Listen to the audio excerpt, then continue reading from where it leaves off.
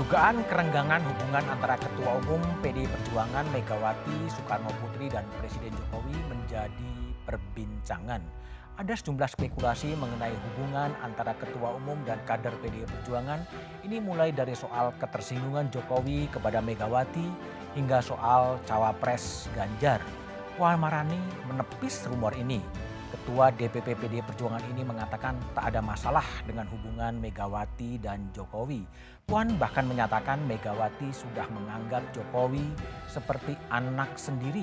Megawati bahkan memiliki perhatian khusus kepada Jokowi. Meski demikian, Puan sempat mengatakan ada pihak yang ingin memecah belah Jokowi dan Megawati. Karenanya dia meminta semua kader merapatkan barisan agar tak ada perpecahan. Benarkah ada upaya memecah belah Jokowi dan Megawati? Jika ada, siapa mereka dan untuk apa? Inilah Satu Meja The Forum. Siapa ingin Jokowi, Megawati pecah kongsi?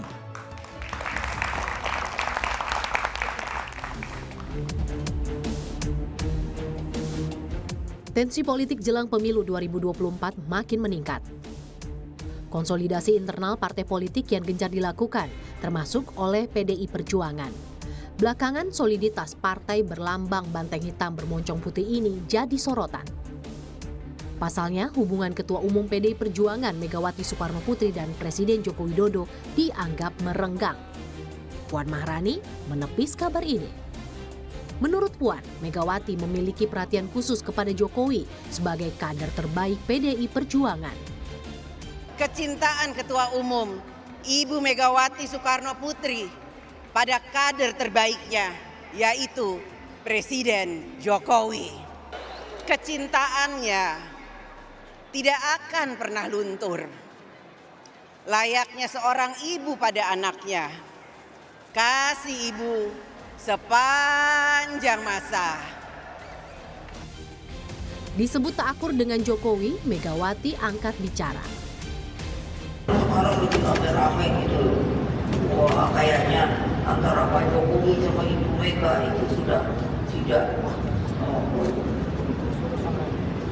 bilangnya itu tidak serasi lagi. Pintar aja orang yang ngomong kayak ada orang waktu 17 Agustus ya, Pak Jokowi saya ngobrol-ngobrol ya biasa aja. Meski demikian, Puan melempar tudingan bahwa ada pihak yang sengaja berupaya memecah belah hubungan Jokowi dan Megawati. Jangan biarkan soliditas partai diusik oleh mereka yang hanya ingin memecah belah atau mempertentangkan Ketua Umum Ibu Megawati dan Presiden Jokowi. Isu keretakan PDI Perjuangan dengan Pak Jokowi, isu keretakan hubungan Pak Jokowi dengan Bu Megawati, memang selalu dihembuskan oleh orang-orang yang ingin mengambil kesempatan, kalau hal itu terjadi untuk menikmati kekuasaan. Jadi ini memang isu yang selalu dipakai oleh para penumpang gelap demokrasi. Benarkah ada pihak yang ingin Jokowi dan Megawati pecah kongsi? Lantas, apa tujuannya?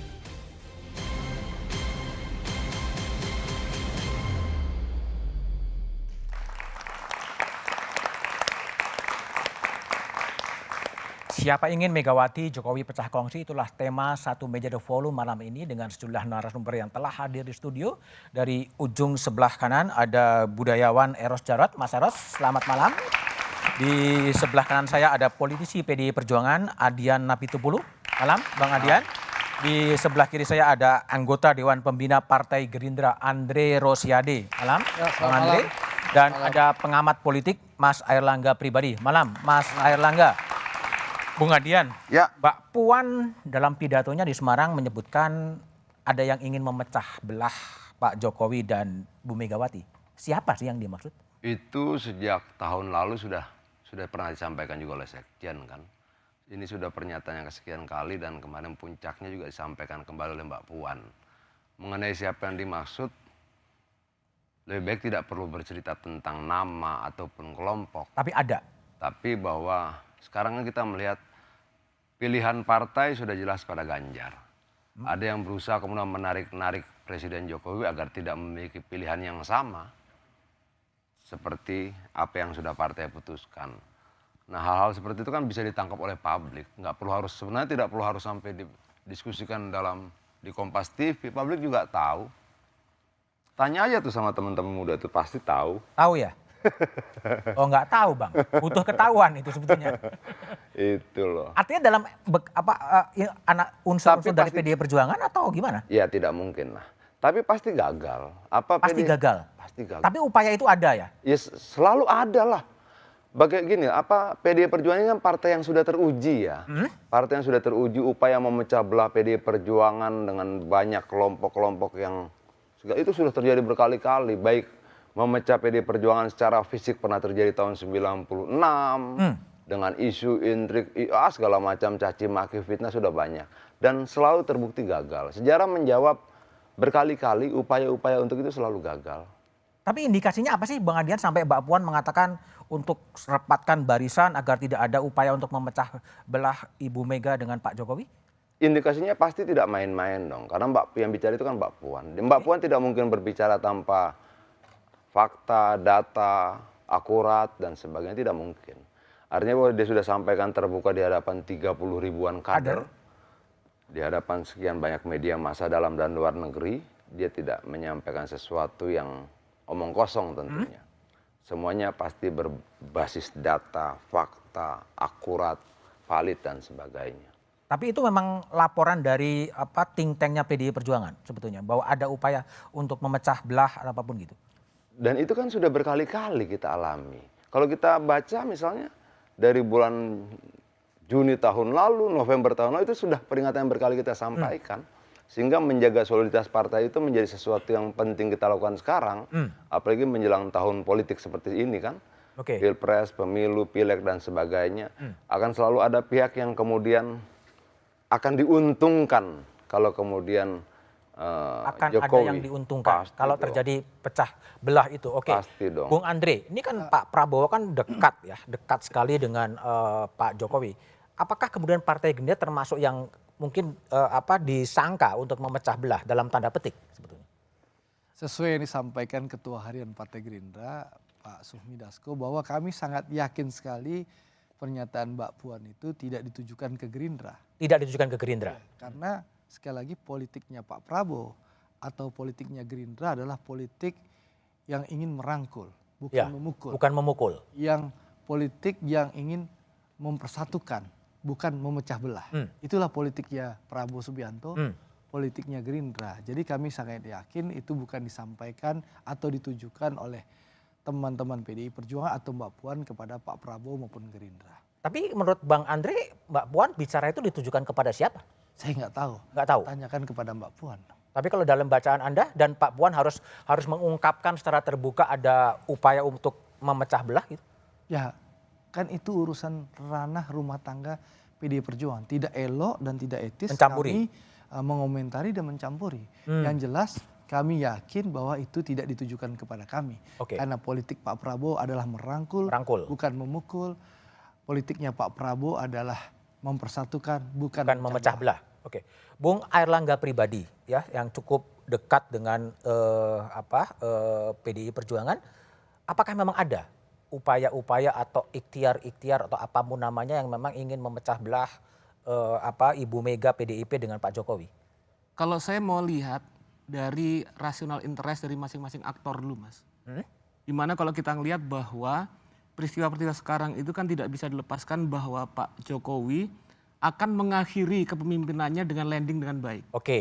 Dengan dukungan juga legitimasi suara lebih dari 82% puas dengan publik. Nah, dalam konteks ini kalau kita lihat rasional interest dari Pak Jokowi agar pada saat landing dia kemudian mewariskan kondisi yang cukup smooth, yang harmonis dan tidak kemudian mengembalikan polarisasi politik yang muncul pada 5 tahun berikutnya.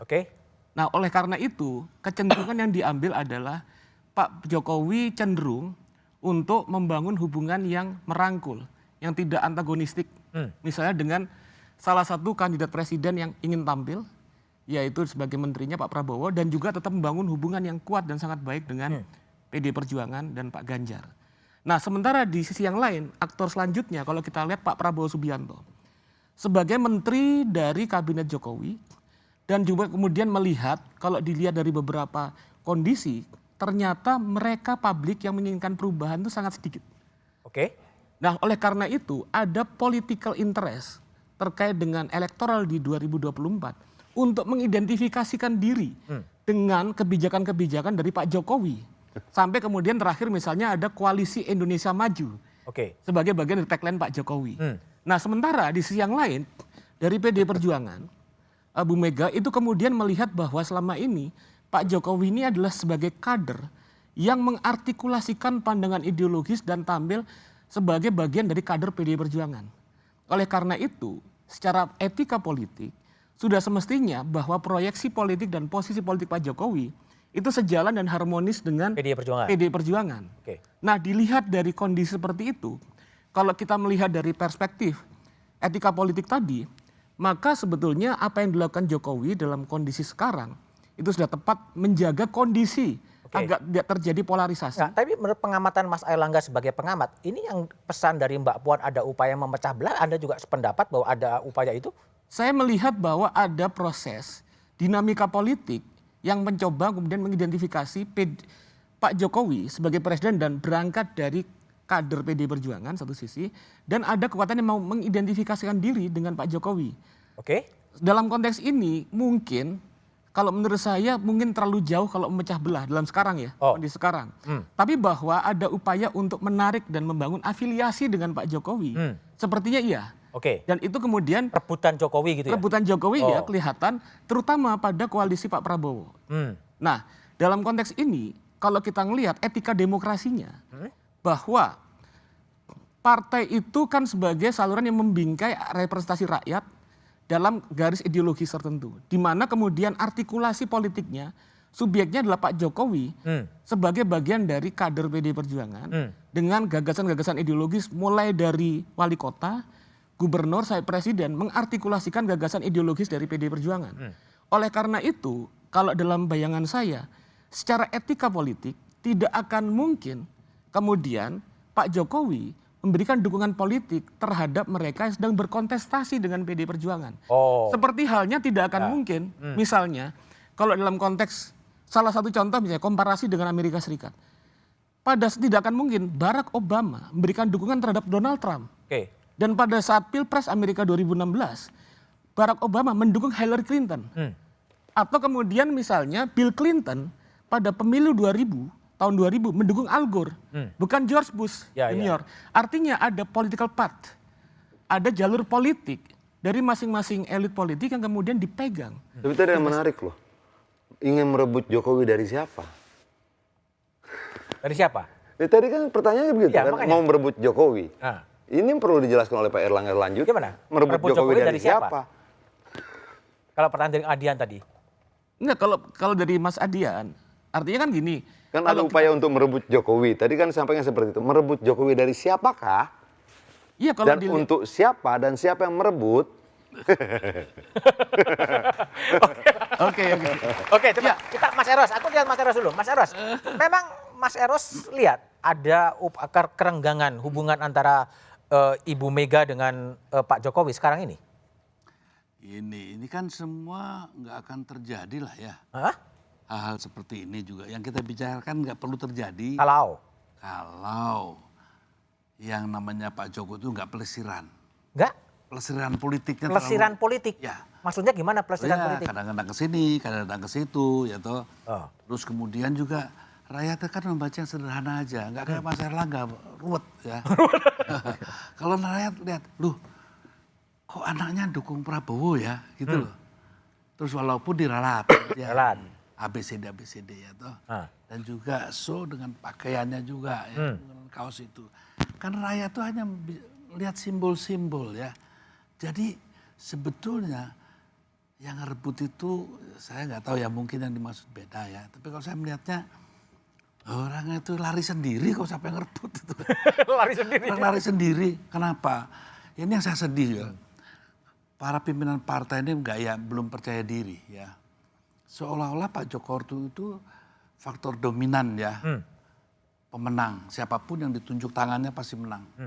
Kok Padahal? tidak begitu. Ya. Kalau lihat dari budaya politik ya, tidak begitu. Nggak begitu. Belum tentu apa yang diarahkan Pak Jokowi akan menang. Memang sangat powerful. Tapi masih jauh kan. 3 bulan lagi atau sebulan sebelum pemilu, apa ya sepowerful itu? Apakah belajar dari dulu Mas ya? Saya pernah nulis ada tulisan juga. Dulu Pak Benny kurang apa seremnya ya? Ya. Begitu prateri langsung. Selesai. Kayak lamdak gitu kan ya. Udah, begitu juga Pak Limur Topo. Nah begitu juga orang-orang yang katanya, ini Pak SBY ya, kon kuasa tuh ya. Pada saat akhirnya apa?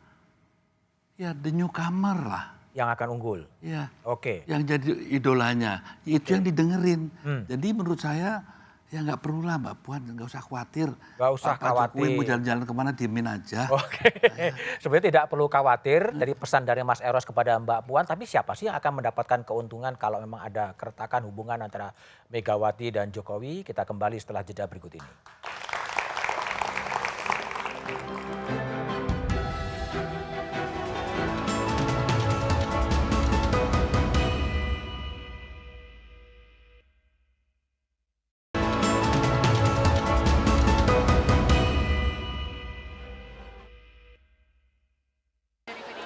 Saya pikir apa yang disampaikan oleh Mbak Puan itu tentunya bukan kepada Partai Gerindra ya atau kepada Pak Prabowo. Kami tidak pernah merasa menjauhkan itu hubungan Pak Jokowi dengan Bu Mega. Justru Pak Prabowo sebagai pembantu presiden itu juga menjaga hubungan baik kepada Pak Presiden. Kami juga menjaga hubungan dengan Bu Mega, dengan Mbak Puan kepada semua partai. Itu adalah penjelasan dari Ketua Harian Partai Gerindra, Sufmi Dasko Ahmad. Bung Airlangga, jadi siapa sih sebenarnya menurut analisis Anda yang mau merebut Pak Jokowi ini? Enggak, kalau saya sih melihat bukan persoalan Rebut-merebut. Iya, secara lebih tegas merebut atau merebut. Tapi tadi saya utarakan bahwa ada satu koalisi kekuatan politik yang mengidentifikasikan diri. Itu siapa kekuatan politik itu? Kalau kita lihat yang terakhir ini adalah Partai Gerindra dan Koalisi Indonesia Maju. Jadi ketika misalnya merubah tagline-nya menjadi Koalisi Indonesia Maju, itu menunjukkan mencoba mencari kedekatan dengan Pak Jokowi. Lah kan memang dekat. Ya kalau kita lihat bahwa itu semakin penting bagi koalisi tersebut, karena kemudian dukungan politik luar biasa dari publik pada saat Pak Jokowi ingin mengakhiri kepemimpinannya. Sehingga kemudian Pak Prabowo tidak ingin mengidentifikasikan dengan suara-suara yang hendak melakukan perubahan atau perbedaan jalan politik dengan Pak Jokowi. Oke, silakan Bung Andri. Jadi gimana pandangannya? Jadi begini, Pak Prabowo itu kan menterinya Pak Jokowi. Iya. Nah, lalu Pak Erlangga Ketua Umum Partai Golkar, menterinya Pak Jokowi. Bang Zulhas, menterinya Pak Jokowi. Menterinya Pak Jokowi, mitra saya di Komisi 6. Lalu Gus Muhaimin, ya. Punya banyak menteri yang juga menterinya Pak Jokowi. Kader PKB banyak yang jadi menteri Pak Jokowi. Prof Yusril, PBB juga punya kader sekjen yang jadi wakil menteri tenaga di kerja kabinet Pak Jokowi. Jadi memang faktanya partai-partai yang mendukung Pak Prabowo di Koalisi Indonesia Maju ini memang bagian dari Pak Jokowi.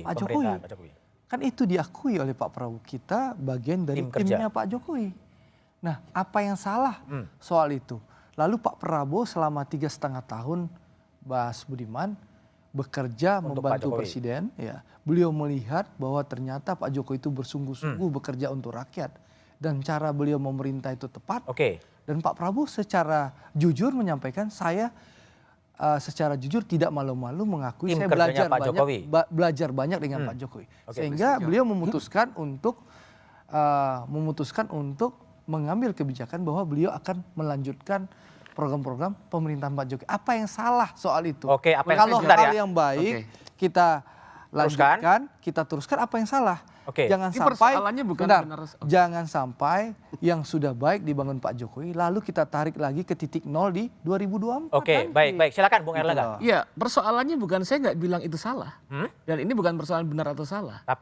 Tapi saya melihat bahwa ada kepentingan dalam Pilpres saat ini untuk mengidentifikasikan dirinya dengan platform ataupun kemajuan-kemajuan yang ada pada Pak Jokowi. Dan ini berbeda konteksnya dengan apa yang berlangsung pada 2014 dan 2019. Oke. Karena pada saat itu kemudian mengambil posisi yang kontradiktif. Nah sekarang kemudian ada kebutuhan, ada rasionalitas politik, kepentingan rasional saya bilang, untuk koalisi ini untuk menjajarkan atau kemudian mengidentifikasikan dengan Pak Jokowi. Kan nggak ada yang salah kan sebetulnya? Saya nggak bilang benar apa salah. Oke. Ada kepentingan politik dari koalisi ini untuk kemudian seperti itu. Baik, Bung Adian. Jadi kalau Bung Adian lihat, kalau tadi Bung Andre mengatakan memang Pak Prabowo adalah memang timnya Pak Jokowi dan ingin meneruskan Pak Jokowi, dan itu dianggap oleh Bung Airlangga upaya untuk mendekatkan lah. Kalau Anda lihatnya apa sih sebetulnya?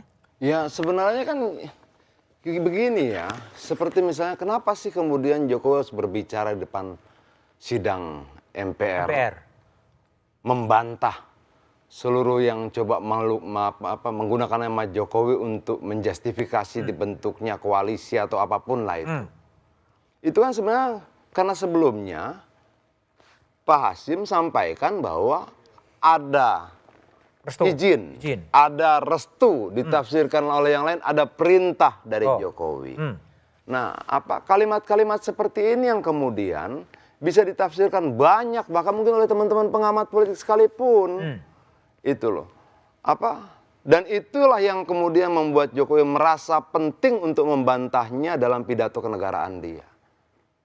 Kalau tidak dianggap penting, dia tidak akan bantah itu dalam pidato kenegaraannya. Dia bantah saja dalam konferensi pers biasa. Kenapa harus dia bantah dalam pidato kenegaraan? Karena yang berbicara itu punya kapasitas yang tidak umum gitu loh. Secara posisi politik di partai lain seperti itu, dan dia bantah. Dan sampai saat ini kan yang menyatakan bahwa koalisi itu terbentuk atas izin dan restu Jokowi tidak pernah membantahnya toh, tidak pernah menarik kembali ucapannya toh. Apakah kemudian itu sebuah hal yang baik? Gitu loh.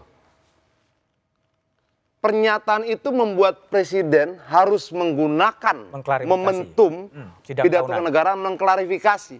Dan sampai sekarang tidak ada tuh pernyataan maaf atau apapun. Bung Adian, Anda kan cukup dekat dengan Pak Jokowi dan sering berkomunikasi. Apakah mungkin secara politik memang Pak Jokowi akan meninggalkan Megawati? Nggak mungkin. Nggak mungkin. Bagaimanapun juga kan kalau bisa dibilang hubungan Jokowi dengan PDI Perjuangan dan Ibu Ketua Umum kita itu betul seperti yang dibilang Mbak Puan, itu memang sudah hubungan ibu dan anak. Ada banyak keistimewaan dan kesempatan yang diberikan oleh partai ini, oleh Ibu Megawati kepada Jokowi, yang bahkan tidak didapatkan keistimewaan yang sama oleh anak cucu Bung Karno sekalipun. Tapi kalau menurut arahan Ibu Ketua Umum terhadap kader PDI Perjuangan terhadap Pak Jokowi seperti apa? Maksudnya gimana? Arahannya. Arahan gimana maksudnya? Arahan dari Ketua Umum terhadap kader-kadernya terhadap hubungan Ibu Mega dan Pak Jokowi. Loh, sampai sekarang kita masih diminta untuk menjaga Jokowi. Kita jaga betul. Bagaimanapun juga kan gimana ya? Bagaimana sih pandangan kita terhadap Jokowi? Memangnya dia mau menukar sekian banyak keberpihakan PDI Perjuangan pada dirinya, pada keluarganya dan pada anaknya hanya karena beberapa puji-pujian dari partai lain yang dalam catatan dia juga pernah berkali-kali menghina dirinya kok, mengolok-olok dia, menertawakan dia. Dan Jokowi ingat itu, dia ingat itu dikutip juga dalam pidato kenegaraan dia. Dia ingin sampaikan dalam pidato kenegaraan dia, saya masih ingat loh yang kalian sampaikan pada saya masih ingat loh hinaan-hinaan itu, saya masih ingat loh olok-olok itu. Artinya walaupun kemudian sudah berjalan sekian lama, dia tidak lupakan itu. Termasuk misalnya begini, kita akan melanjutkan program-program Jokowi. Program yang mana saja yang kalian siap lanjutkan. Karena salah satu program dia adalah menyelesaikan pelanggaran HAM loh. Makanya dia putuskan 12 kasus pelanggaran HAM berat kan. Itu kan harus dia selesaikan. Kita akan uji nanti, rakyat akan menguji nanti siapa yang sanggup menyelesaikan itu. Bung Eros, pertanyaan adalah kalau memang ada dugaan atau kecurigaan ingin memecah belah Presiden Jokowi dengan Ketua Umum PDI Perjuangan Megawati, siapa sih bagi dampaknya bagi publik, dan apakah memang siapa yang dapat keuntungan dan siapa yang kemudian bakal dirugikan? Tapi jawabannya setelah jeda berikut.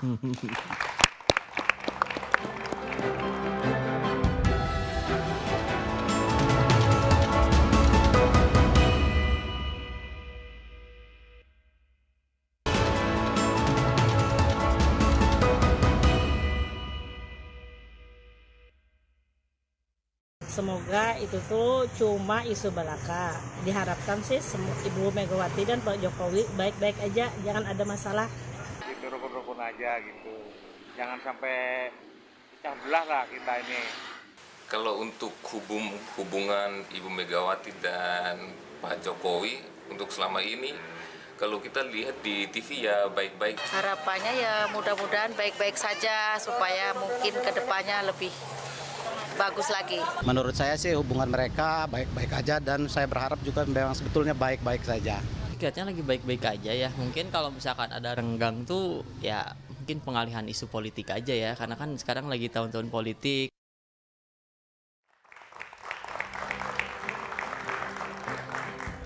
Itulah suara publik dari Merauke, Banjarbaru, dan beberapa kota lain soal harapan hubungan antara Ketua Umum PDI Perjuangan Megawati Soekarnoputri dengan Presiden Jokowi. Saya ingin tanya pada Mas Eros. Mas Eros, ini dampaknya bagi publik apa sih kalau kemudian ada isu yang memunculkan seakan-akan ada kerenggangan antara Presiden Jokowi dengan PDI Perjuangan, khususnya Ketua Umum PDI Perjuangan? Oke, tapi saya kembali ke topiknya ya. Mecah belah, kan? Kan dari Mbak Puan. Ya. Segala sesuatu yang mau dipecah belah, yang mau pecah belah itu harus lebih besar kekuatannya. Setuju nggak itu? Ya. Kan?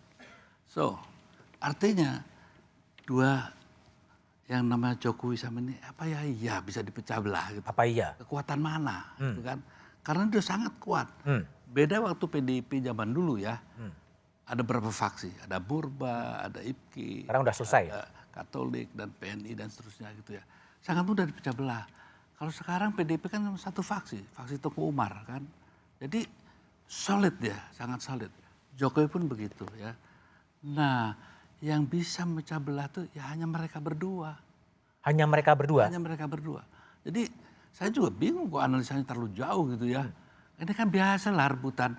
Pak Jokowi juga perlu aman katanya kalau udah selesai ya kan. Ya harus baik-baik lah kan begitu ya. Kan begitu, yang realitanya kan seperti itu. Nah, kalau saya mau objektif aja lah, ini satu hal yang sebetulnya catatan sejarah kita ya. Artinya bagaimana budaya politik itu ya tidak terbangun sebagaimana harapan. Ya. Ini kan kelihatan bagaimana ya seorang Jokowi diperbutkan, saya dengar aja malu gitu ya, malu terus terang aja. Sebagai bangsa saya malu gitu ya. Artinya tidak berfungsinya partai ya dalam konteks kemandiriannya. Untuk merebut kemenangan, ya artinya begging for mercy gitu kan? Diperebutkan dari siapa, Mas? Apa? Diperebutkan siapa Jokowi? Enggak. Makanya ini kan dari kemandirian partai ya kuncinya ya. Nah sebetulnya itu kuncinya. Kalau menurut saya Mbak Puan nggak usahlah khawatir gitu. Nggak ada yang bisa memecah belah. Nggak ada yang bisa memecah belah. Kecuali Mbak Puan sendiri. Ya, kecuali Mbak Mega sendiri. Kecuali Jokowi sendiri. Jadi yang harus dianalisa sebenarnya 3 orang ini. 3 orang, oke. Bung Andri, jadi kalau tadi menanggapi harapan publik agar ya tetaplah rukun-rukun lah, bersaing-bersaing tapi tetap rukun karena keduanya adalah simbol. Saya rasa sikap Pak Prabowo dan Partai Gerindra itu menggambarkan yang disampaikan publik. Karena Pak Prabowo ini sangat menghormati Ibu Mega. Ibu Mega ini dianggap oleh Pak Prabowo seperti kakak sendiri. Bahkan sampai saat ini Pak Prabowo masih menunggu keluangan waktu Bu Mega bisa menerima Pak Prabowo. Ya, lagi diatur oleh Mbak Puan dan Mas Hasto kapan waktu luangnya. Dan Pak Prabowo sampai saat ini masih menunggu kelonggaran waktu Bu Mega. Itu menunjukkan apa? Memang Pak Prabowo sangat menghormati Bu Mega. Itu satu. Lalu yang kedua, Pak Jokowi ini salah satu presiden yang mungkin bisa disebut salah satu presiden tersukses. Tersukses? Ya, di zaman era demokrasi saat ini di Indonesia. Apa mungkin orang ya dengan kekuatan yang begitu hebat sekarang ya, tingkat kepuasannya 82%, ya, begitu tinggi dukungan rakyat, lalu beliau sangat powerful, bisa diatur dipecah belah? Nggak mungkin. Nggak mungkin. Dan beliau nggak bodoh. Pak Jokowi itu punya hati, punya rasa, punya perasaan, dan visinya membangun Indonesia luar biasa. Nggak mungkin ada yang bisa memecah belah Pak Jokowi. Nah itu. Lalu yang terakhir, yang agak menarik nih Bang Mas Budiman. Saya agak bingung, abang saya Bang Adian yang pakai kacamata baru hari ini. Kalau Apa hubungannya kacamata baru? Oke, silakan. Meskipun kacamatanya baru, tapi masih agak emosional. Padahal terus terang kalau kami tidak merasa melakukan hal seperti itu. Bahkan saya itu juga hadir di rapat paripurna 16 Agustus tahun 2023. Ya, saya sempat 2 kali. Pertama pidato pagi, beliau masih pakai baju adat dari Maluku kalau tidak salah. Saya sempat salaman dan bicara dengan Pak Jokowi sehingga saya diberi hadiah anak saya pidato, ucapan selamat atas pernikahan anak saya oleh Pak Jokowi. Lalu yang kedua saya sempat salaman lagi dengan beliau waktu beliau sudah menyampaikan di rapat paripurna DPR ya dengan pakai jas. Saya mendengarkan pidato Pak Jokowi itu lengkap seperti disampaikan Bang Adian. Tapi ada satu hal yang menarik ya, bahwa Pak Jokowi itu tidak mempermasalahkan pemasangan fotonya oleh tokoh-tokoh lain.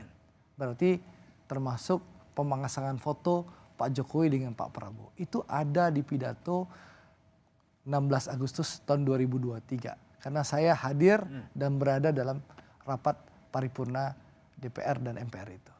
Jadi itu yang menarik. Jadi bahwa menurut saya Presiden nggak masalah, tidak mempermasalahkan hal itu. Tapi yang pasti ya, yang pasti saya ingin menyampaikan bahwa kalau ada yang bertanya, kok koalisi Partai Gerindra itu tiba-tiba bisa mendapat dukungan PAN dan Golkar? Kan ada kesannya ini karena apa namanya tadi yang disampaikan Bang Adian tadi? Apa? Apa namanya restu presiden? Restu presiden dari Pak Hasim itu. Ya. Saya rasa kenapa teman-teman PAN dan Golkar mau bergabung bersama Pak Prabowo, bersama Gerindra dan PKB karena ini politik kami tadi merangkul, bukan memukul. Politik kami adalah mempersatukan, bukan memecah. Oke. Dan yang paling penting, kami memberikan suasana duduk sama rendah, berdiri sama tinggi, tidak ada politik tinggi seranting.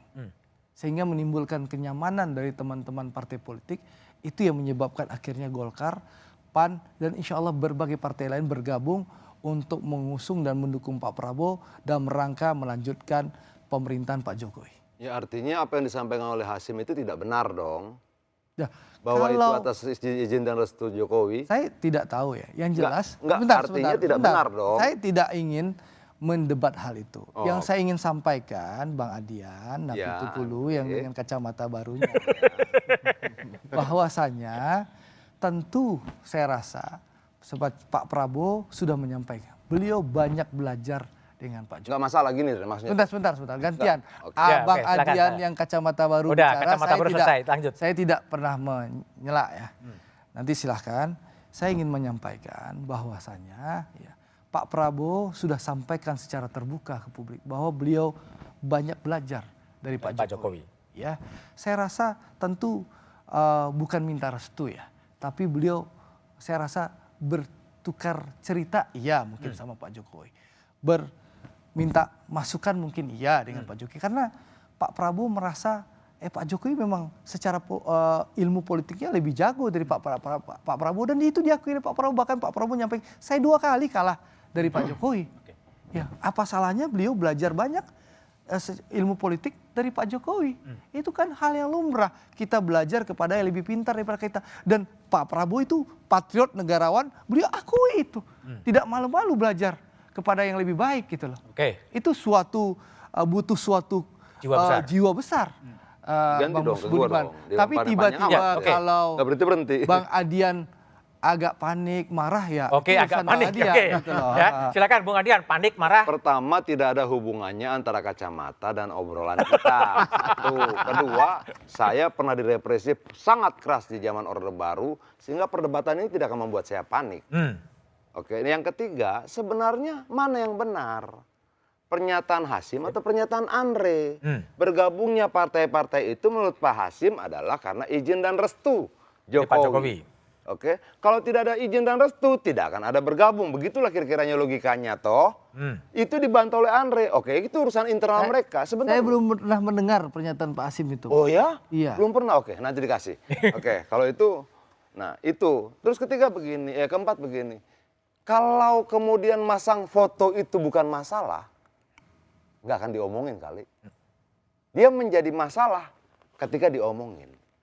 Dia menjadi sesuatu yang harus dipikirkan ketika dibicarakan dalam pidato kenegaraan.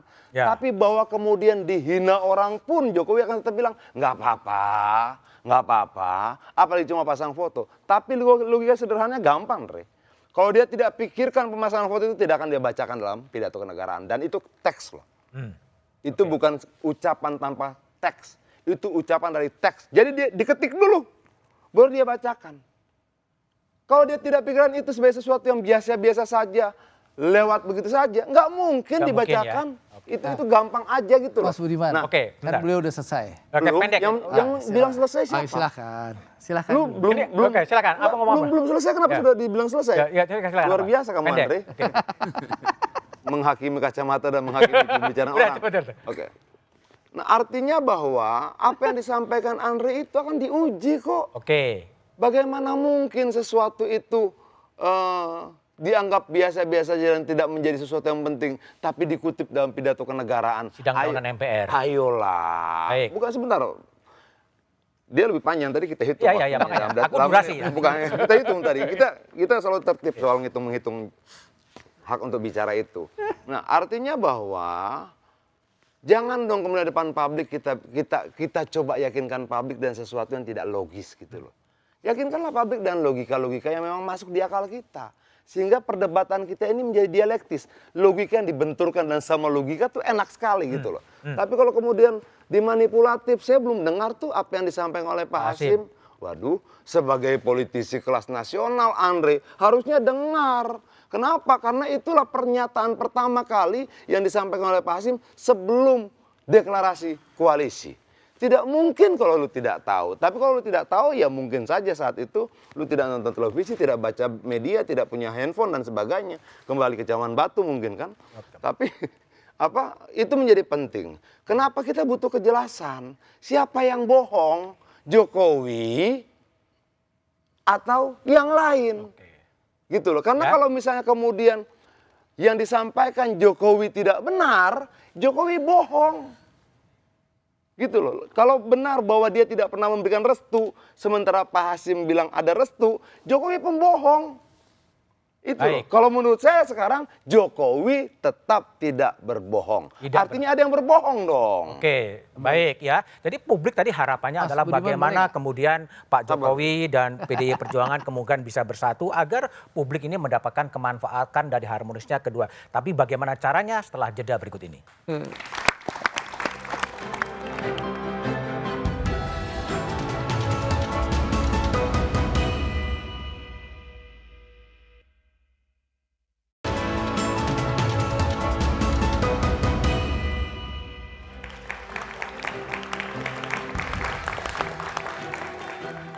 Masih bersama saya Budiman Tanrojo di Satu Meja The Forum. Airlangga pribadi, menurut Anda apa yang harus dilakukan agar hubungan Presiden Jokowi dan Megawati tetap baik-baik saja? Ya, saya pikir bahwa apa yang dilakukan Pak Jokowi sekarang untuk menjaga agar tidak terjadi polarisasi politik dan kemudian menjaga proses politik ini yang disebut sebagai cawe-cawe ini sudah benar gitu loh. Nah, kemudian ke depan setidaknya kelihatan bahwa secara etik Pak Jokowi tidak akan kemudian mengambil posisi politik di luar dari partai asalnya. Nah, selanjutnya saya pikir kalau apa yang harus dilakukan ke depan, ini selama ini kan kita berputar terkait dengan dukungan terhadap Pak Jokowi gitu kan. Masing-masing koalisi merasa dekat atau memberikan sejalan dengan kepemimpinan Jokowi. Yang sekarang ini ke depan kita langsung lihat aja, langsung tampilkan program-program gagasan-gagasan. Iya, di publik ya kan, sehingga kemudian publik melihat dari mana identiknya, dekatnya atau berbeda dengan Pak Jokowi. Sehingga kita tidak bisa, saat ini kan kita tidak bisa melihat. Yang ada hanya klaim tentang kedekatan dengan Pak Jokowi. Tapi kan secara konkret harus jelas programnya seperti apa. Gagasan ke depan, proyeksi ke depan seperti apa. Sehingga publik bisa melihat bukan hanya karena selalu dekat bersama-sama jalan bareng. Tapi bahwa gagasan platform 5 tahun itu kemudian kelihatan perbedaan dan persamaannya dengan apa yang sudah berlangsung selama 10 tahun. Politik gagasan. Ya. Baik, Bung Adian. Jadi apa yang akan PDI Perjuangan lakukan untuk memastikan hubungan Pak Jokowi dengan PDI dan Ibu Mega tetap harmonis dan akur-akur. PDI Perjuangan itu bukan partai kaleng-kaleng. Dia partai yang sudah teruji. Jauh lebih banyak teruji dibandingkan partai-partai yang lain. Dan ini bukan sebuah kesombongan, ini fakta sejarah. Mas Eros terlibat dulu, tahu betul bagaimana proses pertarungan PDI Perjuangan zaman Orde Baru. Sampai kemudian sekarang berkali-kali coba dipecah belah dan sebagainya. Sangat banyak hal yang terjadi. Kesimpulan akhirnya satu. Tidak akan bisa mereka hancurkan. Tidak akan bisa mereka pecah belah. Tidak akan bisa mereka adu domba satu dengan yang lain. Dan yang berusaha melakukan itu pasti kalah. Apakah ini ramalan? Bukan. Ini fakta-fakta sejarah yang berangkaian. Itu loh. Dulu zaman Orde Baru, kekuasaan saat itu coba menghancurkan PDI Perjuangan. Saat itu masih PDI ya Mas Eros ya. 2 tahun kemudian terbukti yang tumbang bukan PDI Perjuangan tapi kekuasaan Orde Barunya. Nah, mungkin banyak pelaku politik sekarang yang membutuhkan peristiwa-peristiwa baru karena tidak mau belajar dari peristiwa-peristiwa itu. Dia mau coba adu domba lagi. Mengadu domba Jokowi dengan Ibu Ketua Umum, antara kader partai dengan partainya dan sebagainya. Satu hal, pasti gagal. Pasti gagal. Pasti gagal. Bung Andre, jadi apa yang dikerjakan oleh Gerindra dan Pak Prabowo dekatan dengan Pak Jokowi tidak ditafsirkan kemudian akan menciptakan kerenggangan dengan PDI Perjuangan? Yang pasti, seperti saya sampaikan tadi, Pak Prabowo sangat menghormati Ibu Mega. Ya, beliau sudah meminta waktu untuk bertemu dengan Bu Mega, masih menunggu waktu diberikan oleh Bu Mega kapan, itu satu. Yang kedua, kami sangat yakin bahwa pidato Mbak Puan itu bukan ditujukan kepada kami. Karena tadi, politik Gerindra dan politik Pak Prabowo itu merangkul, bukan memukul, dan kita ingin mempersatukan, bukan melakukan pecah belah. Tapi yang pasti, Mas Budiman, kita harus jujur dalam berpolitik. Ya.